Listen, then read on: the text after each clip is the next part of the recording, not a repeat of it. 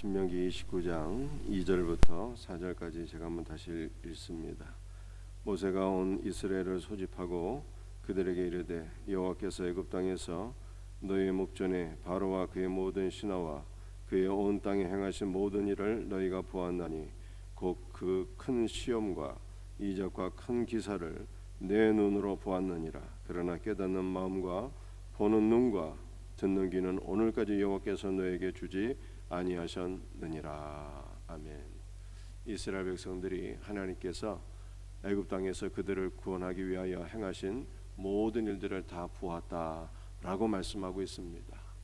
10가지 이적으로 바로와 그 모든 땅을 심판하신 것을 그들이 보게 되었습니다. 6월절에 애굽의 모든 장자들은 다 심판을 받았지만 이스라엘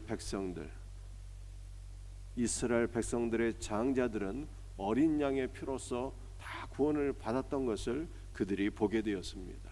그들은 하나님의 크신 은혜 가운데 출애굽하게 되었지만 그들의 영안이 다 감기게 되어서 이 모든 것이 하나님께서 행하신 하나님의 크신 구원의 역사인 것을 그들이 알지 못하게 되었다는 거예요. 어린 양의 피로서 구원을 받았지만 그 어린 양의 피가 곧 예수 그리스도의 보혈이며 예수 그리스도의 은혜로 구원받은 것을 그들이 알지 못하게 되었다라고 말씀하고 있습니다. 왜 그렇습니까? 하나님께서 그들에게 깨닫는 마음을 주시지 않았기 때문이다 라고 말씀하고 있어요. 이 역사는 지금까지 이어지고 있지요. 이스라엘 백성들은 지금까지 예수 그리스도가 하나님께서 보내주신 구원자인 것을 알지 못하고 깨닫지 못하고 있어요. 영안이 닫혀져서 알지 못하고 있더라, 이렇게 말씀하고 있습니다. 여러분들, 이것이 오늘 우리의 모습이 아닌지 우리는 돌이켜봐야 됩니다. 주님의 은혜로 말미암아 살고 있는데 이걸 알지 못하는 사람들이 많이 있어요. 그냥 내가 잘나서 잘 살고 있는지 그렇게 착각하고 있는 사람들이 많이 있습니다. 여러분들, 우리가 살고 있는 모든 것이 주님의 은혜인 거예요. 주님의 은혜를 깨닫고 인정하고 감사할 수 있는 은혜가 있어야 됩니다. 여러분들, 우리는 말씀을 들어도 성경을 읽어도 주님께서 깨닫는 은혜를 주셔야 되는 거예요. 주여, 오늘 우리에게 성령을 부어 주셔서 말씀을 들을 때 깨닫게 하시고 성경을 읽을 때 깨닫게 하시고 말씀 안에서 살아계신 예수님 만나게 하옵소서. 여러분들, 이 은혜를 간구하시고 누릴 수 있는 복된 은혜가 있기를 주의 이름으로 축복합니다. 5절 말씀부터 읽습니다. 주께서 40년 동안 너희를 광야에서 인도하셨거니와 너희 몸의 옷이 낡아지지 아니하였고 너희 발의 신이 헤어지지 아니하였으며, 하나님께서 출애굽할 때만 은혜를 주신 것이 아니라 출애굽 이후에 광야에서 40년 동안 살 때에도 놀라운 은혜를 베푸셨다, 이렇게 말씀하고 있어요. 정말 놀라운 일이죠. 40년 동안 그들의 옷이 헤어지지 않았대요. 그들의 신발이 닳지 않았다, 이렇게 말씀하고 있습니다. 이것은 두 가지로 해석할 수 있지만 옷이 한 벌뿐이 없고 신발이 한 켤레밖에 없는데 낡아지지 아니하였고 닳지 아니하였다, 이렇게 해석할 수도 있겠지만 하나님께서 그들에게 지속적으로 입을 옷과 신을 공급해 주셨다라고 하는 말씀으로 우리가 이해할 수 있습니다. 중요한 포인트는 하나님께서 그들에게 필요한 모든 것들을 공급해 주셨다는 거예요. 놀라운 은혜가 아닐 수가 없습니다. 이 은혜는 6절에도 이어집니다. 너희에게 떡도 먹지 못하며 포도주나 독주를 마시지 못하게 하셨음은, 여러분들, 일단 떡과 포도주는 이스라엘 백성들에게 필요한 일상적인 양식을 의미합니다. 먹을 것을 의미해요. 오늘날 우리로 표현할 것 같으면은 먹을 밥과 마실 물을 가리키는 것입니다. 여러분들 독주란 말도 있지만 이 독주도 그저 과일, 음료로 여러분들이 이해를 하시면 좋겠습니다.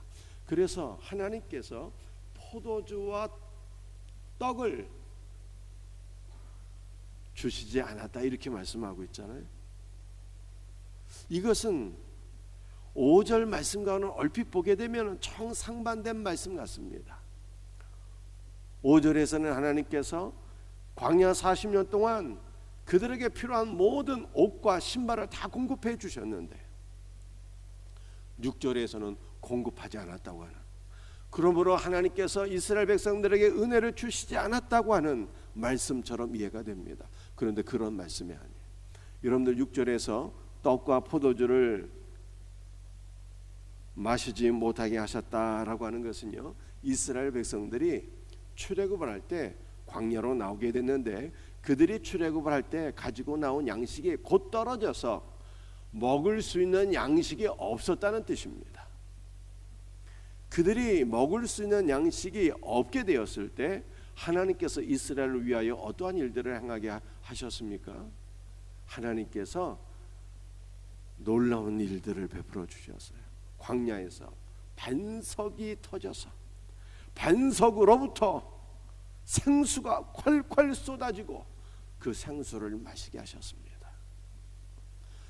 그들에게 먹을 수 있는 떡이 떨어지게 되었을 때 하나님께서 하늘문을 여시고 하늘에서 만나 생명의 떡의 공급받게 하셨어요. 여러분들 바울이 고린도전서 10장에서 이것을 해석해 주셨는데 반석에서 생수가 나왔으니 그 반석은 곧 그리스도라 이렇게 말씀하고 있습니다. 하늘에서 내려온 만나는 생명의 떡이 되신 주 예수 그리스도를 가리키는 거예요. 그러니까 이스라엘 백성들은요 너무 놀라운 은혜를 경험하며 살았던 것입니다. 먹을 수 있는 떡과 포도주가 없었지만 그들은 하나님의 은혜로서 생수를 마시고 만나를 먹으며 그렇게 살게 되었다는 것입니다. 그런데 그 이유가 무엇일까요? 6절 하반절에 이렇게 말씀하고 있습니다. 주는 너희의 하나님 여호와이신 줄을 알게 하려 하심이라. 여러분들 이 말씀을 이해하실 수 있겠죠? 이스라엘 백성들이 출애굽할 때는 그것이 하나님의 은혜인 줄을 알지 못했다는 거예요. 그래서 하나님께서 광야에서 만나를 주시고 생수를 공급해 주심으로 말미암아 주 여호와는 우리의 구원자가 되신다. 주는 우리의 하나님이 되신다. 하나님의 은혜를 깨닫게 하셨다는 것입니다. 이것이 오늘 우리에게 베풀어 주시는 하나님의 은혜인 것입니다. 하나님께서 우리에게 때로는 고난도 주세요. 때로는 은혜도 주십니다. 왜 그렇게 하실까요? 주는 우리의 구원자이시고 주는 우리의 하나님이신 것을 알 수 있도록 깨달을 수 있도록 하나님께서 우리에게 이와 같은 일들을 행하신다라고 성경이 말씀하고 있는 것입니다. 여러분들 6절 말씀을 좀 더 우리 한번 생각해 보십시다. 이스라엘 백성들이 떡도 없었어요. 포도주도 없었습니다. 그런데 하나님께서 먹고 마시게 하셨잖아요. 그 이유를 6절 하반절에서는 주는 너희 하나님 여호와이신 줄을 알게 하려 하심이라 이렇게 말씀하고 있는데 신명기 8장에서는요 하나님께서 떡도 없을 때 마실 물도 없을 때 그들에게 양식과 물을 주신 사건에 대해서 이렇게 표현하고 있어요. 이는 다 너를 낮추게 하려 하심이라 이렇게 표현하고 있습니다. 애굽에서 가지고 나온 양식이 떨어졌어요. 마실 물도 없습니다. 그렇게 하신 이유가 무엇일까? 이는 다 너를 낮추시며 라고 말씀. 너를 겸손케 하시며 너로 하여금 오직 주 여호와만을 의지하게 하려 하심이라 이렇게 말씀하고 있는 거예요. 사랑하는 성도들이요, 예수를 믿는 성도들에게도 고난은 찾아옵니다. 돈이 떨어질 때도 있어요. 건강에 문제가 생길 때도 있습니다. 자녀들이 속을 썩일 때도 있습니다. 그런데 하나님께서 이렇게 하시는 이유가 있다는 거예요. 그 이유가 무엇입니까? 이는 다 너를 낮추시며 너로 하여금 겸손케 하시며 오직 주님만 의지하게 하려 하심이라, 이렇게 말씀하고 있어요. 사랑하는 성도들이여, 문제가 있을 때 원망하지 마시고, 문제가 있을 때 절망하지 말고, 우리는 문제가 있을 때 어떻게 하면 된다는 거예요? 겸손한 마음으로 주님만 의지하면 된다는 거예요. 겸손한 마음으로 주님만을 의지하고 기도하는 성도들이 되기를 예수님의 이름으로 축복합니다. 여러분들, 이 6절 말씀을 우리 예수님께서 재해석해 주셨어요. 뭐라고 말씀해 주셨을까요? 이스라엘 백성들이 떡도 없었습니다. 마실 포도주도 없었어요. 그런데 하나님께서 그들을 위하여 반석에서 생수가 나게 하시고 하늘에서 만나를 주셨잖아요. 이 사건을 가리켜서 주님이 다시 이 말씀을 해석해 주셨는데 뭐라고 하셨을까요?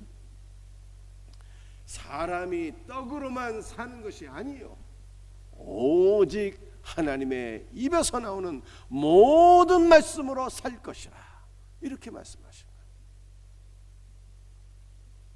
떡도 없었고 포도주도 없었지만 그들은 반석에서 나오는 생수를 먹었는데, 그들은 하늘의 양식 만나를 먹고 살았는데, 이것은 다 생명의 떡이신 예수 그리스도, 생수가 되시는 예수 그리스도를 가리키는 것 아니겠습니까? 그러므로 우리는 세상의 양식으로만 사는 자가 아니라는 거예요. 밥 힘으로만 사는 자가 아니라는 거예요. 우리는 생명의 양식이 되시는 예수 그리스도를 먹고 마심으로 그 은혜와 그 생명으로 사는 자가 되어야 한다. 이것이 바로 성도다 라고 주님이 가르쳐 주시는 거예요. 여러분들, 우리는 생명의 양식이 되시는 주 예수 그리스도를 어떻게 먹고 마실 수가 있습니까? 그것은 오직 말씀인 거예요. 말씀을 통해서 우리는 주님을 만나게 되고, 말씀을 통해서 주님이 주시는 신령한 양식과 물을 먹고 마시게 될 것을 믿으시길 바랍니다. 그러므로 주님이 말씀하신 거예요. 사람은 떡으로만 살 것이 아니라 여호와 입에서 나오는 모든 말씀으로 살 것이라. 사랑하는 성도들이여, 말씀을 통해서 은혜를 받고 주님의 은혜로 살아가는 우리 복된 성도들이 될 수 있기를 예수님의 이름으로 축복합니다.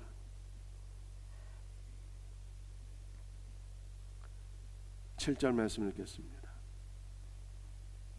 너희가 이곳에 올 때 헤스본 왕 시온과 바산 왕 옥이 우리와 싸우러 나왔으므로 우리가 그들을 치고. 여러분들, 요단 동편에서 두 왕과 더불어 전쟁이 있게 되었습니다. 시온과 옥이라고 하는 강력한 왕들과 이스라엘 백성들이 전쟁을 했어요. 근데 이스라엘은 오합지졸이었거든요. 제대로 된 무기도 없는 완전한 오합지졸, 훈련조차 받은 적이 없는 그러한 사람들이었어요. 그런데 그들이 강력한 두 제국의 왕들과 전쟁했는데 이기게 되었어요. 그 가운데 바산왕 옥이라고 하는 사람은요, 거인이었습니다. 거인. 키가 한 4m 정도 되는 그런 거인이었어요.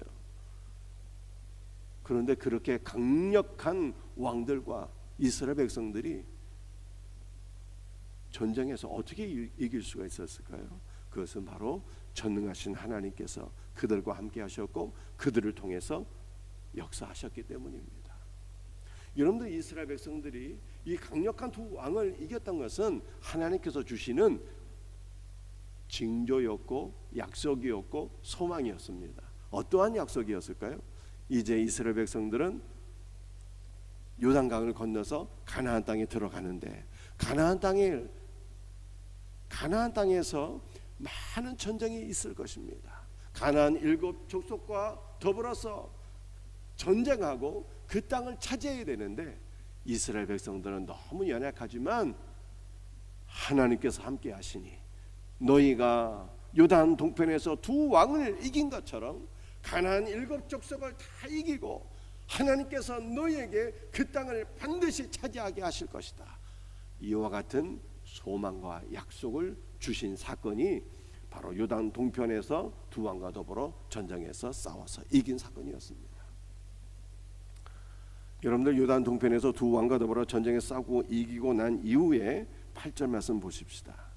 그 땅을 차지하여 루벤과 갓과 므낫세 반 지파에게 기업으로 주었나니. 요단 동편을 차지하게 되었습니다. 그것은 두 왕과의 전쟁에서 승리한 결과였습니다. 그래서 그 요단 동편에서 두 지파 반이 살게 되었어요.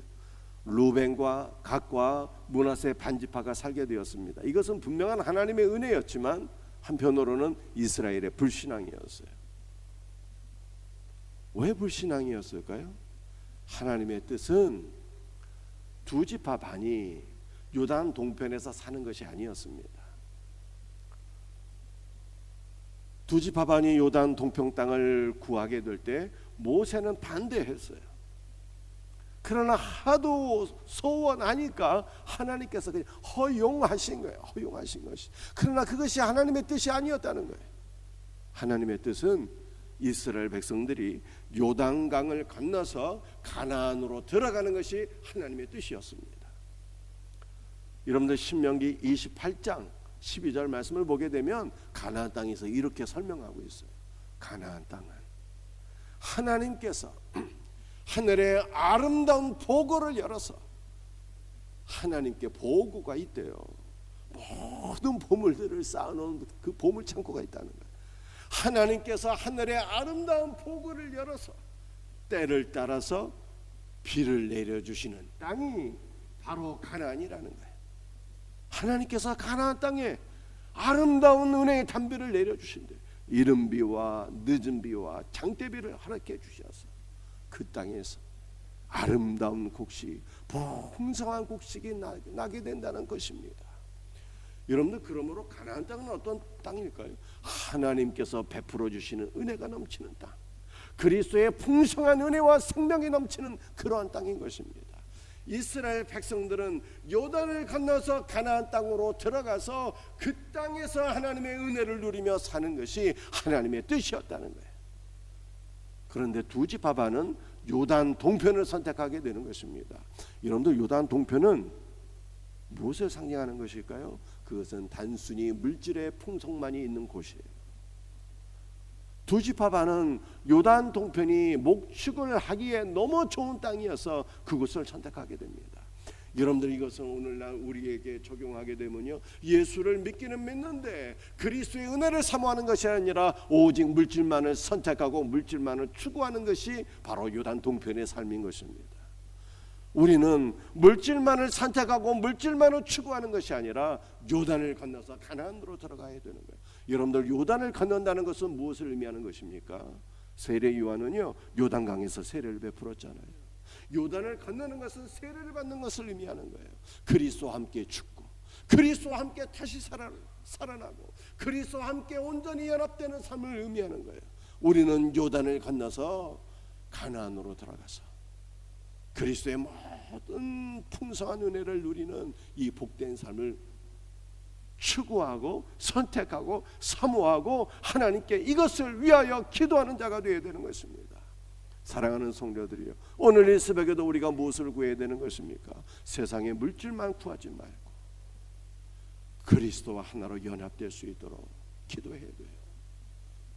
그리스도 안에 있는 모든 풍성한 은혜를 누릴 수 있는 복된 하루가 되게 하소서. 우리가 영적 가나안을 사모해야 된다는 것입니다. 이와 같은 은혜가 오늘 우리에게 넘치기를 예수님의 이름으로 축복합니다. 기도하시겠어요? 아버지 하나님, 감사합니다. 오늘 신명기 29장 말씀을 붙잡고 기도합니다. 주님께서 말씀하셨습니다.